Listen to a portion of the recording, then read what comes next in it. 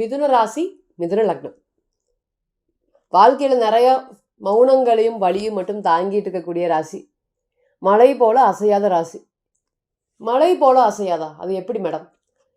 இருக்கிற எல்லா கிரகமும் ஒரு இடத்துல இருந்துட்டு புதன் ஒரு இடத்துல இருந்தால் எல்லா கிரகத்தையும் வெல்லும் தன்மையோட கொண்ட புதனுடைய ராசியில் பிறந்திருக்கீங்க நீங்கள். அதாவது 10 ராவுக்கு சமமானது ஒரு புதன். அப்போ இந்த புதனுடைய ராசியில் பிறந்தால் இயற்கையாகவே நிறைய அறிவு சார்ந்த விஷயங்கள் நம்ம போய் கற்றுக்கணுங்கிறது இல்லைங்க. வாழ்க்கையில் நிறைய பாடங்கள், அனுபவங்கள், ஒரு விஷயத்தை இப்படி தான் பண்ணணும், அப்படி தான் பண்ணணுங்கிற நெளிவு சுழிவு இதெல்லாமே இயற்கையாகவே உங்ககிட்ட அதிகமாக இருக்கும். ஆனால் என்ன அப்படின்னு கேட்டிங்கன்னா, அடுத்தவனை தாங்குன்னு தாங்குவீங்க. ஆனால் உங்களை தாங்கிறதுக்கு யாருமே இல்லை. எல்லாருக்கும் செஞ்சு அழகு பார்ப்பீங்க. கையில் என்ன இருந்தாலும் எடுத்து கொடுக்கக்கூடிய ராசி அப்படிங்கிறது மிதுனம் தான். இதுதான் இவங்களுக்கு தான் செஞ்சுருக்கேன், இதுதான் ஒரு அளவு அப்படிங்கிறது இல்லை. நிறைய எல்லாருக்கும் செஞ்சு பக்குவப்பட்டு இருக்கக்கூடிய ராசி. ரொம்பவே இன்றைக்கி ரொம்ப அமைதிக்கு பின்னாடி நிறைய வருத்தங்களும் காயங்களும் இன்றைக்கி ஃபேஸ் பண்ணிட்டு இருக்கக்கூடிய ராசி. இன்னுமே சொன்னோம்னா பொதுவாக தனித்தன்மை அப்படிங்கிறது இந்த ராசியை பொறுத்தவரை ரொம்பவே அதிகமாக இருக்குது. சாஃப்ட்னஸ் எதுவுமே மெதுவாக போராடி மற்றவங்க கம்பேரிசன் பண்ணும்போது உங்களுடைய வளர்ச்சிகள் அப்படிங்கிறது ரொம்ப கம்மியாக தான் இருக்குது. ஆனால் ஸ்டெபிலிட்டி அப்படிங்கிறது ரொம்ப அதிகமாக இருக்குது. எந்த ஒரு விஷயத்துல எடுத்துட்டிங்கனாலுமே இது இருக்கட்டும், வரட்டும், அதுக்கப்புறம் பண்ணலாம், இது முடியட்டும், அப்புறம் பண்ணலாம். அவசரம் அப்படிங்கிறது இந்த மிதுனத்தை பொறுத்தவரையும் ஆகவே ஆகாது. ஆனால் நிறைய விஷயங்கள் அவசரப்பட்டு நீங்கள் பண்ணினாலே இன்றைக்கி வாழ்க்கையில் தத்தளிச்சுட்டு இருக்கீங்க. எங்கே போனாலும் மனசில் வலி வேதனைகளோட ட்ராவல் பண்ணுற மாதிரி ஒரு சூழ்நிலை. கையில் கிடைக்கிது அதிகாரம், அதை பயன்படுத்த முடியல. கையில் காசு, அது எனக்கானது இல்லை. வீட்டில் போய் இன்றைக்கி அறிவுக்கு பெயர் போன ராசி. இன்றைக்கி உங்களுடைய வீட்டில் ஒரு விஷயம் சொல்கிறீங்க அப்படின்னு கேட்டிங்கன்னா அதை கேட்குறதுக்கு யாரும் இல்லை. அதை பார்த்திங்கன்னா ஆப்போசிட், தயவுசெய்து நீ பேசாதீங்க அப்படின்னு பேசுகிற மாதிரி சொல்கிற மாதிரியான ஆள்கள் தான் இன்றைக்கி உங்களை சுற்றிட்டு அதிகமாக இருக்காங்க. எவ்வளோ பண்ணியும் ஏன் எனக்கு அங்கீகாரம் இல்லை, நல்ல திறமை இருந்து நான் ஏன் சம்பாதிக்கவே முடியவே இல்லை, கம்பேரிசன் பண்ணலை, இருந்தாலும் எனக்குன்னு கிடைக்கணும் ஒரு நாளும் ட்ராவல் பண்ணிட்டு இருக்கக்கூடிய மிதுன ராசி மற்றும் மிதுன லக்னம். நிறையா பாருங்கள், இன்றைக்கி இந்த சுக்கிரனுடைய லக்னமும் சரி, இந்த புதனுடைய லக்னமும் சரி எப்போவுமே தனித்தன்மை வாய்ந்தது. அப்போ மற்றவங்க கூட உங்களுக்கு கம்பேரிசன் பண்ணால் பிடிக்கவே பிடிக்காது. ஆனால் இன்றைக்கி உங்களுக்கு எந்த பிளான் நினைக்கிறீங்களோ அந்த பிளானுக்கு தான் அடி. இப்போ இன்றைக்கி இது செஞ்சு முடிச்சிடலாம் அப்படின்னு போனீங்கன்னா இந்த விஷயத்த செஞ்சு முடிக்காத மாதிரி ஏதாவது ஒரு பிரச்சனைகள். பாதகாதிபதி ராசியில் இருந்தாவே போதுமே, வேறு எதுவுமே தேவையில்லை. பிரச்சனைகளும் வலிகளும் வேதனைகளும் தானாக வரும்.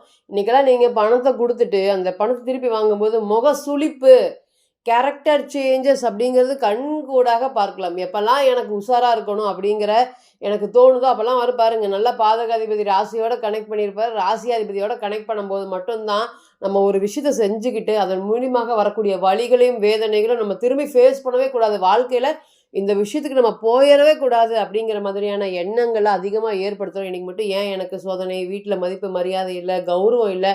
நம்ம ஜாதகத்தை மிதுன ராசியை ரீசெண்ட் டைமில் நிறைய ஜாதகத்தை பார்த்துருந்தோம். 2024 ஒரு ஜாதகத்தை பார்த்துருந்தோம். அப்போ அவர்கிட்ட சொன்னோம், திருமண வாழ்க்கை அப்படிங்கிறது ரொம்ப கசப்போட ட்ராவல் பண்ணுற மாதிரி இருக்குதுங்க, நீங்கள் பார்த்து கவனமாக இருங்க. இல்லை மேடம், நான் லவ் பண்ணின பொண்ணு தான், நான் லவ் பண்ணினதோட இன்றைக்கி கிட்டத்தட்ட எந்த ஒரு ப்ராப்ளமே இல்லை, திருமண வாழ்க்கையில் அடுத்து நாங்கள் அடி எடுத்து வைக்க போகிறோம். அப்படியா, சரி. இன்றைக்கி பார்த்திங்கன்னா அந்த பொண்ணுடைய பிளானட் ரொம்ப ஸ்ட்ராங்காக இருக்குது, சூப்பராக இருக்குது. ஆனால் ஃப்யூச்சர்னு பார்க்கும்போது ரொம்பவே கவனமாக இருக்கணும் நீங்கள். அப்படி இல்லைன்னா பாதுகாப்பு வளையத்தை ஏற்படுத்திக்கோங்க, இல்லைன்னா பிரச்சனைகள் வர்றதுக்கு காத்துட்ருக்குன்னு நம்ம ஸ்ட்ராங்காக இந்த டைமில் 2025, ஏன்னா அவர் கல்யாணம் பண்ணும்போது 24, 25 இந்த வருஷத்துக்கு இதுக்கு மேலே ப்ராப்ளம் வர்றதுக்கு காத்துட்ருக்கு அப்படிங்கிறத சொல்லியிருந்தோம். இருந்தாலுமே அவர் என்ன பண்ணினார், எந்த ஒரு விஷயங்களும் நான் பார்த்துக்கிறேன், நான் அட்ஜஸ்டபிள் பண்ணிக்கிறேன் மேடம், உங்களுக்கு தெரியுமில்ல நான் புதனுடைய ராசி அப்படின்னாரு. அவருடைய லக்னம் வேறு. இதுலேருந்து என்ன தெரியுது அப்படின்னு கேட்டிங்கன்னா, லக்னம் தான் ஒருத்தரை தனித்துவமாக காட்டும். நம்ம என்ன ராசியை பற்றி சொன்னால், ராசியில் கோடி பேர் இருக்காங்க, எல்லாருமே உயரமானவங்க இல்லை, எல்லாருமே குள்ளமானவங்க இல்லை, எல்லாருமே சிவப்பானவங்க இல்லை, எல்லாருமே நல்லா பார்த்திங்கன்னா கலரானவங்க இல்லை. அப்போ பொதுவாக சொல்லக்கூடிய பலன்கள் அனைத்துமே பார்த்திங்கன்னா தனித்துவமாக இருக்காது. ஸோ இதை பொறுத்தவரை ஒரு ராசியை பொறுத்தவரையும் சொல்லக்கூடிய பலன்கள் மேக்சிமமே 20 to 30% மட்டுமே தான் பொருந்தும். அப்போ தனிப்பட்ட லக்னமும் தனிப்பட்ட லக்னாதிபதியும் சொல்லக்கூடிய பலன்கள் தான் உங்களுடைய கேரக்டர் எப்படிங்கிறத ரிவீல் பண்ணுமோ தவிர்த்து இந்த ராசிக்குண்டான பலன்கள் எல்லாமே சொற்பமானது அப்படிங்கிறது நீங்கள் மறந்துடவே கூடாது. அவர்கிட்ட ஜாதகத்தை 19 இண்டிகேட் பண்ண திருமண வாழ்க்கைக்குள்ளார போனார். இன்றைக்கி ஏகப்பட்ட பிரச்சனைகள். இந்த 2025 நம்ம சொன்ன டேட்டுக்கு ஒரு மாதத்துக்கு முன்னாடியே அந்த பிரச்சனைகள் ஆயிடுச்சு. இன்றைக்கி கிட்டத்தட்ட 3 வருடங்கள் ஆகுது அவர் மனைவியை விட்டு விலகி இருக்கார். திருமணமான காலங்கள் தொட்டே விலகி இருக்கார். அப்போ போனவங்க இன்ன வரையும் வரல மேடம், எவ்வளவோ பேசி பார்த்துட்டேன், கால்ஸு மெசேஜஸ் எல்லா இடத்துலையும் எனக்கு பிளாக் அப்படிங்கிற விஷயங்கள் தான். இவங்க திரும்பி வருவாங்களா, ஒரே ஒரு வார்த்தை சொன்னேன், அது என்ன வார்த்தை அப்படிங்கிறது கூட நம்ம கண்டுபிடிச்சோம். ஏன்னா அவருக்கு பாதகாதிபதி 2ஆம் இடத்துல வந்து பார்த்தீங்கன்னா உச்சமாக இருந்தது. அப்ப இதுக்கு ஆகாது இது அப்படிங்கிற மாதிரியான வார்த்தைகள வந்து பார்த்தீங்கன்னா, இவர் வந்து உபயோகப்படுத்தினார். அது மூலியமா திருமண வாழ்க்கை அப்படிங்கிறது அவருக்கு எட்டா கனியாக ஆயிருச்சு. இதனால திருமணம் சார்ந்த விஷயத்துல வந்து பார்த்தீங்கன்னா, கிட்டத்தட்ட இன்னைக்கும் பாருங்க 3 வருஷம் கிட்ட ஆயிருச்சு. அவங்க போய் வாழ்றதுன்னு சொல்லல, வாழுதுன்னு சொல்லல, டைவர்ஸ்ன்னு சொல்லல, இல்லைன்னு சொல்லல. எதுவுமே இல்லாம அவரோட வாழ்க்கை ஒரு எம்ப்டியாக அப்படியே இருக்கு. இப்ப இது எப்ப மேடம் சரியாகும்? இதுலேருந்து ஏதாவது சொல்யூஷன் இருக்கா? அப்படிங்கிற மாதிரி கிட்டத்தட்ட எந்த வழியிலயும் லாக் இல்ல. பதில் சொல்ல மாட்டேங்கிறாங்க. டைவர்ஸ் குடுக்கவே மாட்டேங்கிறாங்க. அவங்க ஃபேமிலி கிட்ட போய் பேச முடியல. இந்த குழந்தைய வந்து காமிக்க மாட்டேங்கிறாங்க. இந்த மாதிரி பல பிரச்சனைகளோட இருக்காரு. அடுத்து வரக்கூடிய அவருக்கு தசா புத்திகளுமே நெகட்டிவா தான் இம்பாக்ட் பண்ணுது அப்படிங்கிறத நீங்க மறந்துறக்கூடாது. இதுலேருந்து என்ன சொல்ல வரோம் அப்படின்னு கேட்டீங்கன்னா, எதெல்லாம் விஷயங்கள் போகலாம், எதெல்லாம் விஷயங்கள் போகக்கூடாது, எந்தெந்த விஷயங்கள் எப்பல்லாம் பாதிப்பு வர காத்துட்ருக்கு, எந்த காலம் நமக்கு நன்மை தரக்கூடிய காலங்கள், எந்த காலத்துல நம்ம அதிகமாக எஃபோர்ட்ஸ் போடணும், எப்பல்லாம் நம்ம குறைவா இருக்கணும், எப்பல்லாம் நமக்கு தொழில் நல்லா இருக்கும். இதுக்கு எல்லாத்துக்குமே பிறந்த கால ஜாதகம் மட்டுமே தான் தனித்துவமாக செயல்படும் அப்படிங்கிறத மறந்துடவே கூடாது. ஸோ டுவர்ட்ஸ் லக்னம் மட்டுமே தான் ஒரு பலன்கள குடுக்கறதுக்கு காத்துட்ருக்கு. லக்னம், லக்னாதிபதி அதை தவிர்த்து ராசியாதிபதியோடைய மதிப்பெண் ரொம்பவே குறைஞ்சுது அப்படிங்கிறத மறந்துடக்கூடாது. ஸோ தனிப்பட்ட ஜாதகம் தான் இதுக்கு பெஸ்ட்டா இருக்கும். நம்ம நெறைய கிரக சேர்க்கைகள், கிரக அடைவுகள் பார்த்துட்ருக்கோம். இப்ப பார்க்கக்கூடியது கோச்சாரத்துல சனி, சுக்கிரனுடைய கிரக சேர்க்கை 10ஆம் இடத்துல இருக்கக்கூடிய பலன்கள். மிதுன ராசி மற்றும் மிதுன லக்னத்திற்கு நல்லா இருக்கணும் ஒரு கிரகம் அப்படின்னு கேட்டீங்கன்னா, அது வந்து சுக்கிரன் தான். சுக்கிரன் நல்லா இருந்தா எப்பேர்ப்பட்ட இடத்துலயும் பொழச்சுக்கலாம். இன்னைக்கு இல்லையா, நாளைக்கு கண்டிப்பாக வெற்றி. மனசு விட்டுறாதீங்க, ஜெயிக்கலாம், போராடிட்டே இருங்க அப்படிங்கிறத தைரியமா சொல்லலாம். அப்பேற்பட்ட சுக்கிரனும் இந்த மிதுன ராசிக்கு ஒரு யோகாதிபதி, தலை சிறந்த ஒரு யோகாதிபதி. இருக்கிற இடத்துல இருந்து நீங்க வேண்டுனா கூட உயர்த்தக்கூடிய ஒரே கடவுள் சனீஸ்வர பகவான் தான். அவருடைய இந்த 2 பேரோடது 10ல உச்சம் பெற்றிருக்கக்கூடிய சுக்கிரனோடு இணைந்த சனீஸ்வர பகவான் பெரிய யோகத்தை தரதுக்கு காத்துட்டு இருக்காரு. காலபுருஷனுக்கு 2ஆம் அதிபதி, காலபுருஷனுக்கு 11ஆம் அதிபதி. அப்ப இந்த மாதிரி தனஸ்தானாதிபதிகள் சேரும்போது ஒரு தலை சிறந்த ஒரு யோகத்தை குடுக்கறதுக்கு காத்துட்டு இருக்கு. முதல்ல என்ன அப்படின்னு கேட்டீங்கன்னா, தொழில். மிதுனத்த பொறுத்தவரையும் தொழில் நல்லா இருந்தா போதும். மத்த எல்லா பிரச்சனையும் வாழ்க்கையில நான் சந்திச்சுட்டு ஃபேஸ் பண்ணிட்டு போயிட்டே இருப்பேன் மேடம். எனக்கு தொழில் மட்டும் நெறைய ரீசென்ட் டைம்ல பார்த்து 10 பேருக்கு நான் சம்பளம் குடுத்தேன், 20 பேருக்கு சம்பளம் குடுத்தேன். இன்னைக்கு என்னோட சம்பளத்த என்னோட வேலையிலேருந்து எடுக்க முடியல. நான் ஒரு அகதி போல தொழில்ல இருக்கேன். எனக்கு தொழில்ல கடுமையான கடன் பிரச்சனைகள் இது எல்லாமே மிதுனம் இன்னைக்கு ஃபேஸ் பண்ணிட்டு இருக்கு. இன்னைக்கு பாருங்க சந்திரன் மேல குரு. சொல்ல முடியாத அளவுக்கு வலிகள், வேதனைகள். அது யார்கிட்டயும் நீங்க ஷேரும் பண்ண முடியாது. பண்ணுனா உனக்கு இது தேவைதான் அப்படிங்கிற மாதிரியான வார்த்தைகள் தான் வரும். நெறைய பொறாமை. இன்னும் நீ முன்னேறலையா? உங்க அண்ணன் அந்த இடம் வாங்கிட்டான். உங்க அண்ணன் அந்த வீடு வாங்கிட்டான். உன் தம்பி நல்லா இருக்கான். உன் தங்கச்சி செட்டில் ஆயிட்டா. நீ மட்டும் ஏன் இப்படி இருக்க? அப்படிங்கிற மாதிரி. நீங்க சொல்லுங்க, திரும்பி சொல்லுங்க. அவங்கள மாதிரி எங்களுக்கு ஏமாத்த தெரியல. அவங்கள மாதிரி எங்களுக்கு பேசி பிழைக்க தெரியல. நான் எல்லாருக்கும் குடுத்து பழகிட்டேன். இந்த வார்த்தைய கண்டிப்பாக பயன்படுத்துங்க. உங்க மேல இருக்கக்கூடிய நெகட்டிவ் தாட்ஸ் எல்லாமே அப்படியே படிப்படியாக போறோம். முதல்ல வந்து தொழில சரி பண்ணிக்கோங்க. தொழில் ஸ்தானாதிபதி நல்லா பலமா இருக்கு. தொழில்ல ஒரு உச்சம் பெற்ற கிரகம் இருக்கறனால, யார் எது சொன்னாலும் தொழில் சார்ந்து போயிட்டே இருங்க அப்படின்னு சொல்ற மாதிரியான பலன்கள் தான். அப்ப தொழில்ல தலை சிறந்த ஒரு யோகத்த குடுக்கறதுக்கு காத்துட்டு இருக்கு. இத்தனை நாளா அரசாங்க சம்மந்தப்பட்ட வேலைகளுக்கு நான் கடுமையான எஃபோர்ட்ஸ் போடுறேன் மேடம். என்னால முடியவே இல்ல.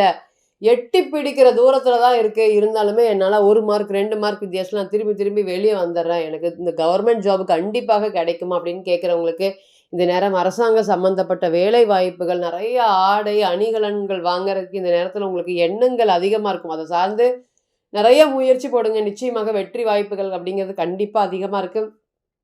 காதல் அப்படிங்கும்போதே இங்க 5ஆம் அதிபதி மிதுனத்துக்கு வேற யாருமே வேண்டாம். சுக்கிரன் நல்லா இருந்தாவே போதும். அந்த திருமணத்த கொண்டு போய் காதல்ல திருமணத்த விட்டுரும். ஆனா இன்னைக்கு சுக்கிரனோட சேர்ந்த சனீஸ்வர பகவான் திருமணம் நடக்குமா? நடக்காதா? பேசி வச்சுட்டு போயிருக்காங்க. அது நடக்குமா? நடக்காதா? 2 வருஷத்துக்கு முன்னாடியே ஆச்சு. 3 வருஷத்துக்கு முன்னாடி பேசிட்டு இருந்தாங்க. இப்பவும் அதுக்கு பதில் சொல்றவன் எங்கள இழுத்துட்டு இருக்காங்க அப்படின்னு சொல்லக்கூடிய அனைத்து திருமணம் சார்ந்த விஷயங்களும் இந்த நேரத்துல சுகமாக, நல்லபடியாக நடக்கிறதுக்கு நெறைய வாய்ப்புகள் இருக்கு. நல்லவர், கெட்டவர் பார்த்து பழகாம நெறைய பிரச்சனைகள், பண பிரச்சனையில மாட்டிட்டு இருக்கக்கூடிய மிதுனத்துக்கு, இனி பணம் சார்ந்த பிரச்சனைகள் ஒவ்வொன்றும் படிப்படியாக குறையும் அப்படிங்கிறதுல மாற்று கருத்துமே இல்ல. தூக்கி விடவும் தெரியும், இறக்கி விடவும் தெரியும் அப்படின்னு தெரிஞ்ச உங்க ராசிக்கு தூக்கி மட்டும் தான் விட்டுட்டு இருந்திருக்கீங்க. இன்னைக்கு எல்லாரையுமே வந்து பொருளாதாரம் சார்ந்த விஷயத்துல உங்ககிட்ட பயனடைஞ்சவங்க நெறையா பேர்.